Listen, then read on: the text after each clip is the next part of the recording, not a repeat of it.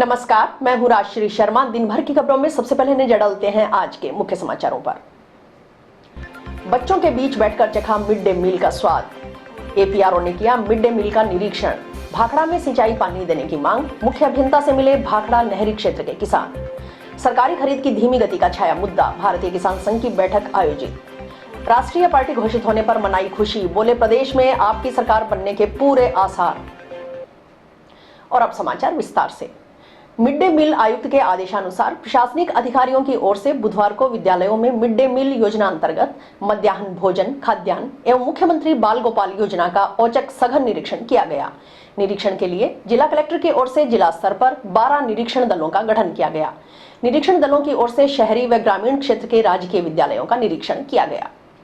इसी क्रम में अतिरिक्त सूचना एवं जनसंपर्क अधिकारी राजपाल चौधरी ने बुधवार को ग्राम पंचायत 2 KNG की ITI कॉलोनी स्थित राजकीय प्राथमिक विद्यालय में मिड डे मील योजना का औचक निरीक्षण किया। निरीक्षण के दौरान उन्होंने मिड डे मील योजना के तहत बना भोजन बच्चों के साथ बैठकर चखा। गुणवत्ता पर संतोष जताया। मेनू कार्ड के अनुसार बुधवार को बच्चों के लिए दाल रोटी पकाई गई। एपीआरओ राजपाल चौधरी ने बताया कि मिड डे मील आयुक्त व जिला कलेक्टर के आदेशानुसार मिड डे मील का निरीक्षण किया गया है।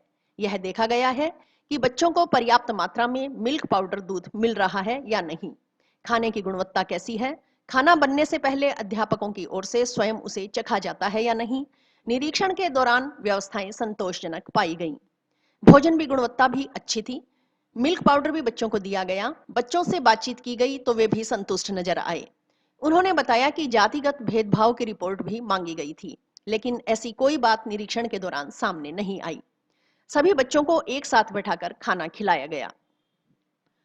ये एमडीएम आयुक्त महोदय के आदेशानुसार और जिला कलेक्टर मैडम के आदेश के अनुसार ये आज एमडीएम का निरीक्षण करने आए थे और इसके तहत आज खाने का टेस्ट किया गया और ये देखा गया कि भी इनको प्राप्त मात्रा में मिल्क पाउडर दूध मिल रहा है कि नहीं है और जो खाना बन रहा है वो कैसा बन रहा है और खाना बनने से पहले जो यहाँ के जो टीचर हैं वो उसको टेस्ट कर रहे हैं कि नहीं कर रहे हैं। तो प्राप्त संतुष्टि मिला है। यहाँ पे खाना अच्छा बना था और मैंने खुद भी ये टेस्ट किया खाना यहाँ खा के, तो खाना अच्छा था और बाकी खाने में कोई कमी नज़र नहीं आई मुझे और मिल्क पाउडर भी बच्चों को दिया गया। बच्चों से बातचीत की गई तो बच्चे भी संतुष्ट नजर आए। अध्यापक सतपाल राठी ने बताया कि विद्यालय में रसोई शेड की व्यवस्था नहीं है।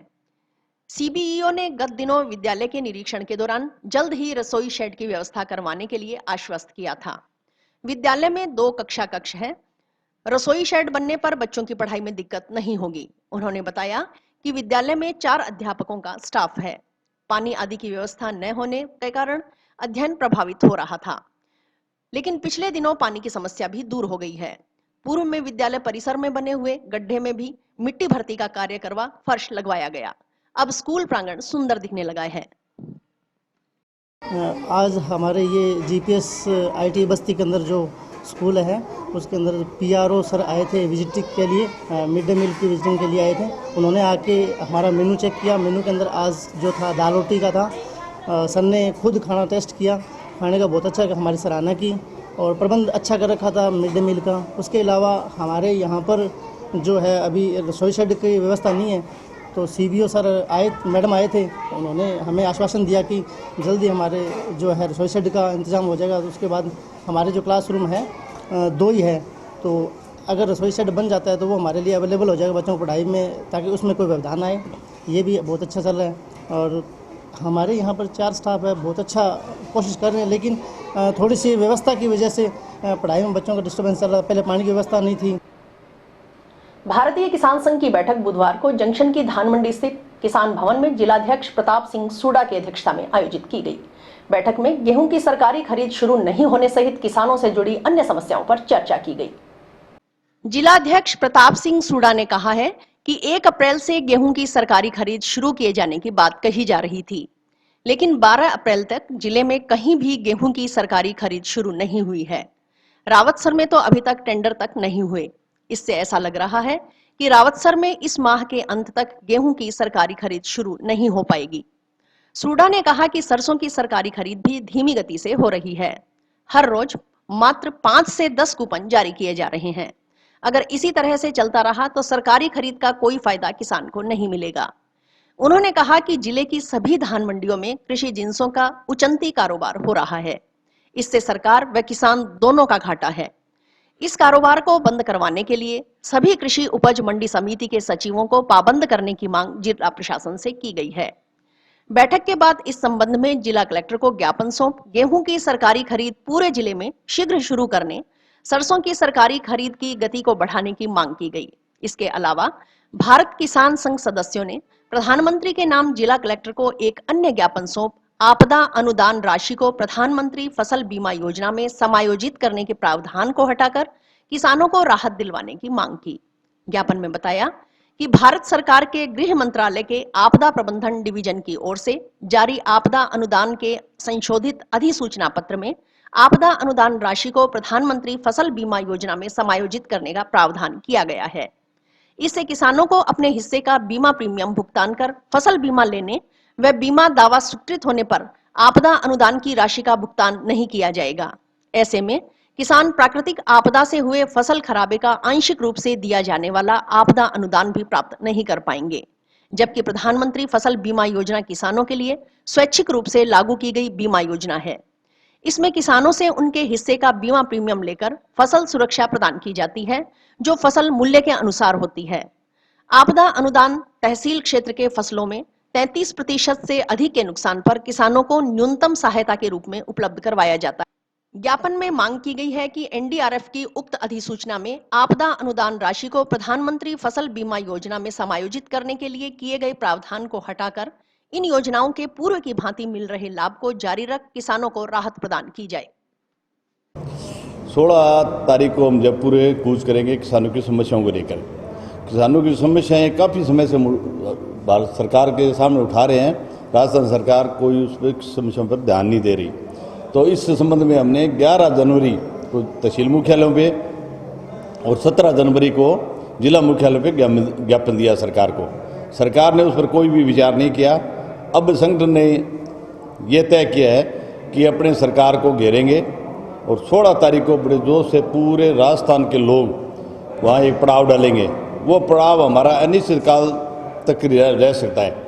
तो उसके लिए अच्छी तैयारी अभी लगे हैं। 10-15 दिन ये खेती का काम निपटने के बाद में संगठन इसी में लगेगा और 16 तारीख को खूब यहाँ से संख्या जाएगी, हनुमानगढ़ से खूब जाएगी, पूरे राजस्थान से। मैं 16 जिलों का प्रतिनिधित्व करता हूँ पूरे प्रांत से।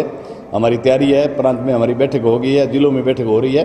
तो आगे इस कार्यक्रम को हम बढ़ा के और 16 तारीख को ज़्यादा से ज़्यादा हम सरकार का घेराव करेंगे अपनी मांगों को लिए। भाखड़ा सिंचाई प्रणाली में सिंचाई पानी देने की मांग को लेकर भाखड़ा के किसानों ने बुधवार को जल संसाधन उत्तर संभाग हनुमानगढ़ के मुख्य अभियंता अमरजीत मेहरडा को ज्ञापन सौंपा। भाखड़ा किसान संगठन के संयोजक राय सिंह जाखड़ ने बताया कि पिछले 3-4 सालों से भाखड़ा क्षेत्र में रबी फसल की पकाई और खरीफ की फसल नरमा कपास की बिजाई नहीं हो पा रही है। इसका कारण इंदिरा गांधी नहर परियोजना का निर्माण कार्य है। वार्तालाप होगी और किस प्रकार वो हमें आश्वासन देते हैं पानी का। अब देख रहे हो सभी पदाधिकारी में पूरा पानी दो, पानी दो, पानी दो। भाखड़ा की नहरों में पानी दो, पानी दो, पानी दो। किसान एकता जिंदाबाद, जिंदाबाद। ये हकीकत नहीं है तो ये बोल रहे अब आपने मगर छुपावे आपने क्या गांधी जी हमारे जरूर जाओ पढ़ाई टूट गया तो कोई बने अपने हिसाब को कोई बने ना ते कब मेरा ले आओ कॉपी ले क्या मैं हिसाब को करवाया लेके बैठा उसी हिसाब करके बैठो। कई सालों में जो आईजीएनटी में बंदी दी जा रही है, उसी से जो भाखड़ा का पानी रिलीज होता है वो भी बंदी के दौरान बंद किया जाता है। और पिछले कई सालों से हम देख रहे हैं, 3-4 सालों से जो भाखड़ा का किसान है वो नरमे की बिजाई नहीं कर पाया। इससे किसान को बहुत बड़ी आर्थिक नुकसान जो झेलना पड़ रहा है।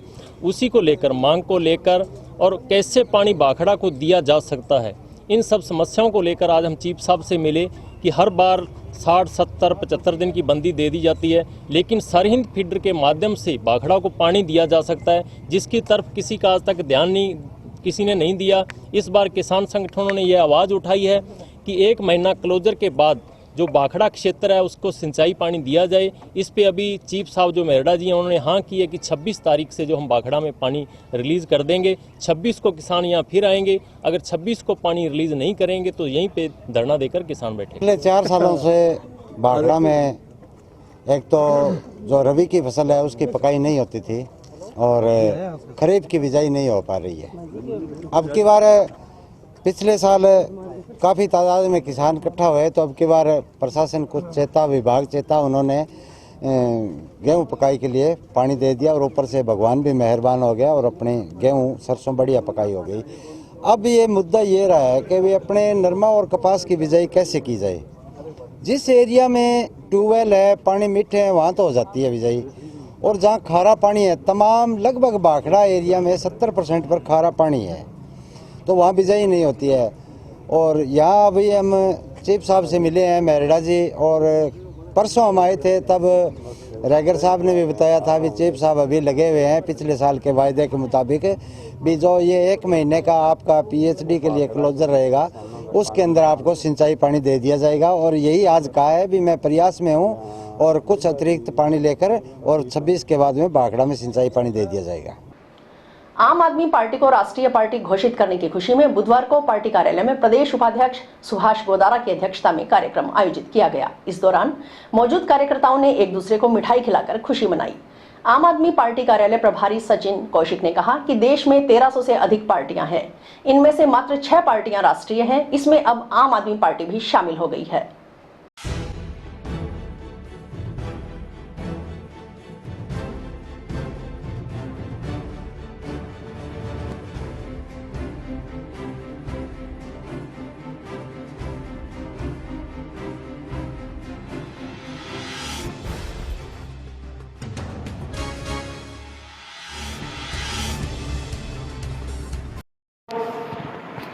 जिनका हम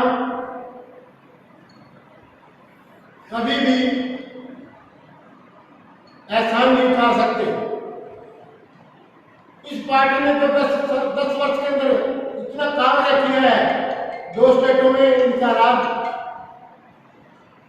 15 साल से दिल्ली के अंदर राज, MCD पे हमने कब्जा कर लिया जहां बीजेपी की सरकार थी, और हम गुजरात के अंदर भी अच्छा कार्य किया आम आदमी पार्टी ने, और 6% वोट लेके आज हम इस मुकाम पे पहुंचे हैं।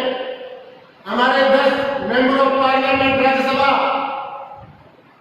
हमारे 2 गोवा में विधायक, 5 विधायक हमारे गुजरात के अंदर, 2 राज्य में हमारी सरकार पंजाब और दिल्ली के अंदर।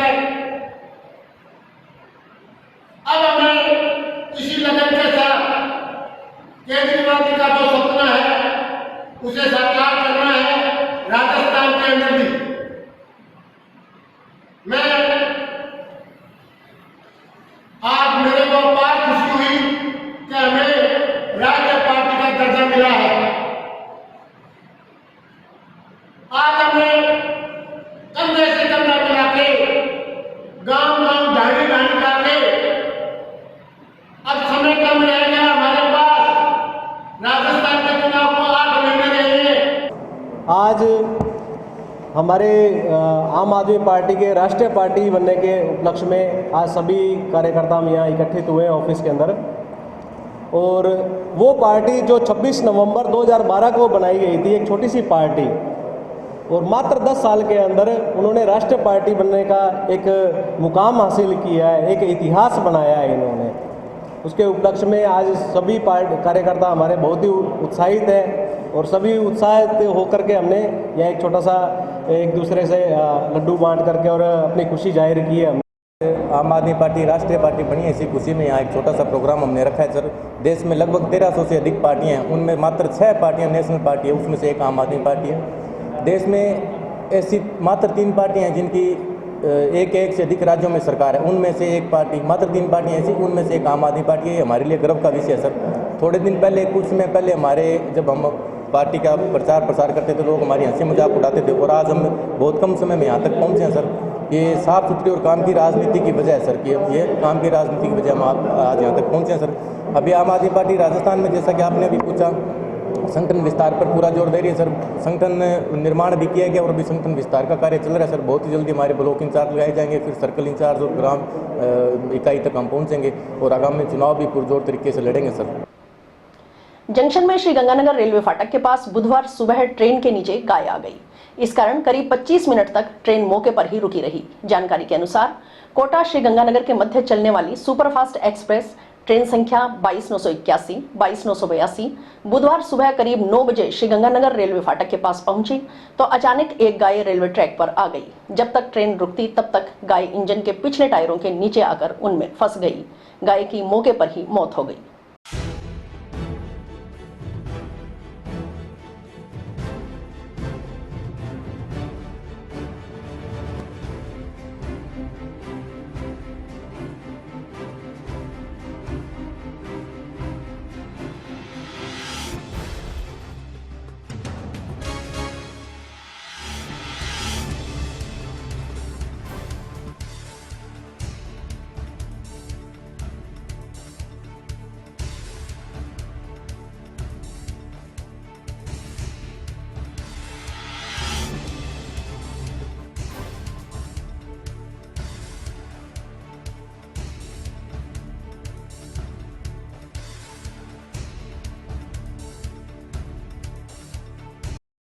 ये अचानक से गाय आ गई ट्रेन के आगे, इसीलिए वो फंस गई चक्के में।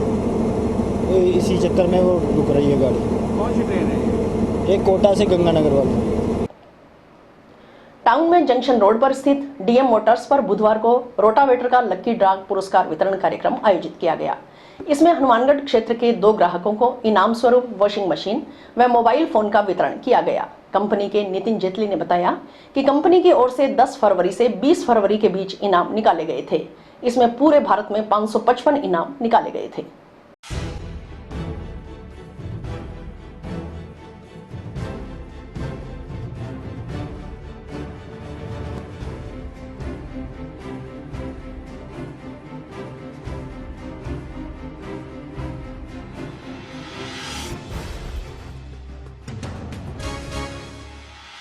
जी हमारे रूटावेटर का प्राइस डिस्ट्रीब्यूशन प्रोग्राम रखा था, जो हमने 10 फरवरी से 28 फरवरी तक लोगों को इनाम निकाले थे, जिसमें हमारे पूरे ऑल इंडिया में 555 इनाम थे, जिसमें कार भी थी, बाइक भी थी और काफ़ी इनाम थे। जिसमें हमारे बीएम मोटर्स के जो डीलर हैं गुरप्रीत जी, इनके एरिया में एक वॉशिंग मशीन और एक मोबाइल फ़ोन निकला है, जो कि हम उन कस्टमर्स को बहुत बहुत बधाई देते हैं जिनका ये इनाम निकला है। शक्तिमान सर हमारी ये दुनिया की सबसे ज़्यादा रूटावेटर बनाने वाली कंपनी है। ये राजकोट गुजरात में है। बहुत ही हाई क्वालिटी के इम्प्लीमेंट्स आते हैं हमारे। 30,000 से लेके हमारे 1 करोड़ तक के प्रोडक्ट्स आते हैं, जो कि हम मार्केट में खेती के लिए सारे प्रोवाइड कराते हैं लोगों को। और अभी वक्त है एक ब्रेक का।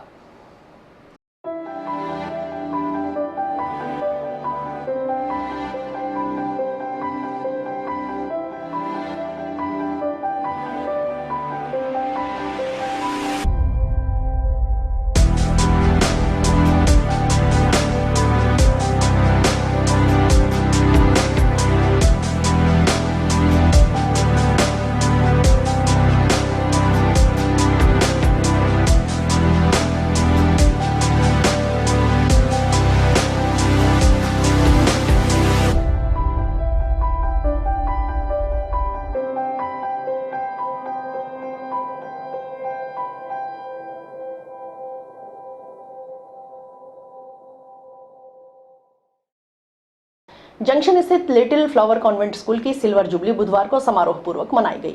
इस दौरान आयोजित सांस्कृतिक कार्यक्रम में बच्चों ने विभिन्न संस्कृतियों को प्रदर्शित करती मनमोहक प्रस्तुतियां दी। कार्यक्रम के मुख्य अतिथि धर्मप्रांत बिशप ओसवाल्ड लुइस थे। विशिष्ट अतिथि लिटिल फ्लावर शिक्षा समिति प्रधान फादर साजू अगस्तियन, सचिव फादर जोबी व व्यवस्थापक फादर श्याम थे। प्रधानाचार्य फादर बेनी थॉमस ने बताया कि लिटिल फ्लावर कॉन्वेंट स्कूल 1999 में एक मकान में शुरू किया गया था।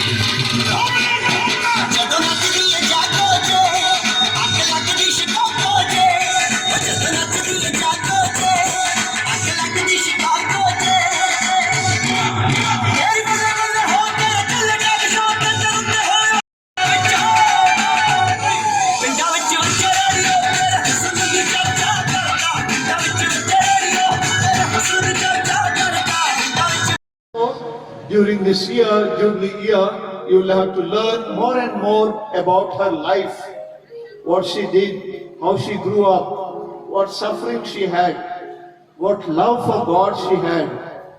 And that love for God changes into love for neighbor, love for others. So I'm sure during this year, you will remember your patroness and learn more and more values. आज हम हमारा school little flower convent school का निर्माण करेगा jubilee का शुरू कर दिया। हमारा जयपुर प्रांत का बिशप ओसवाल्ड जे लुइस मुखिया अतिथि के रूप में आया था। संस्था का प्रधान father Saju guest of honour का पदवी हासिल किया और 1999 ये स्कूल ममता हॉस्पिटल के सामने एक मकान में शुरू किया, रेंडर बिल्डिंग में शुरू किया।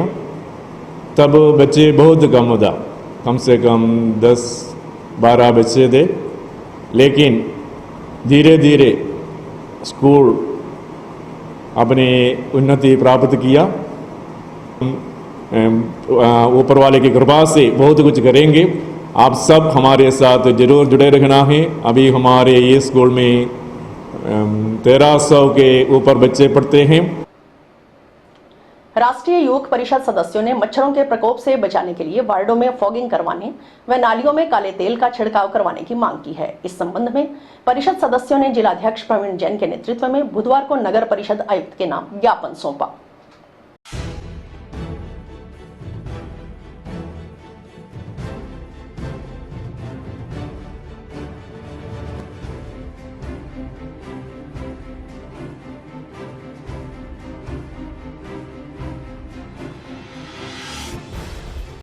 राष्ट्रीय युवक परिषद ने गर्मियों का मौसम आ गया है और काफ़ी जगह सफाई व्यवस्था सही नहीं चल रही है। उसकी वजह से मच्छरों की संख्या बढ़ती जा रही है और मच्छरों की वजह से जो बीमारियां हैं उनका प्रकोप बढ़ता जा रहा है। तो राष्ट्रीय युवक परिषद ने आज ये मांग उठाई है नगर परिषद से कि जितने भी नाले व नालियाँ हैं उनमें काला तेल डाला जाए, जिससे जो मच्छरों की संख्या हो वो कम हो और कराया जाए। जब तक जो बीमारियां फैलती जा रही हैं कंटिन्यूसली, इन पे रोक लगे और यही हमारी आज मांग है और हम आज ज्ञापन देने आए हैं नगर परिषद को। हमें पूरी उम्मीद है, पूर्ण विश्वास है कि जल्दी से कार्रवाई होगी और जो बीमारियां चल रही हैं उन पर रोकथाम लगेगी। और अब खबर नौहर क्षेत्र की। बुधवार को सरकारी सरसों व चना खरीद का शुभारंभ विधायक अमित चाचान व पंचायत समिति प्रधान सोहन ढिल ने किया। इस अवसर पर विधायक अमित चाचान ने मंडी समिति सचिव को निर्देश दिया कि फसल बेचने वाले किसानों को किसी भी प्रकार की परेशानी नहीं होना चाहिए, इसकी व्यवस्था आज से ही प्रारंभ कर दी जाए। पंचायत समिति प्रधान सोहन ढिल ने कहा कि किसानों के लिए बने पिड तुरंत खाली करवाए जाए।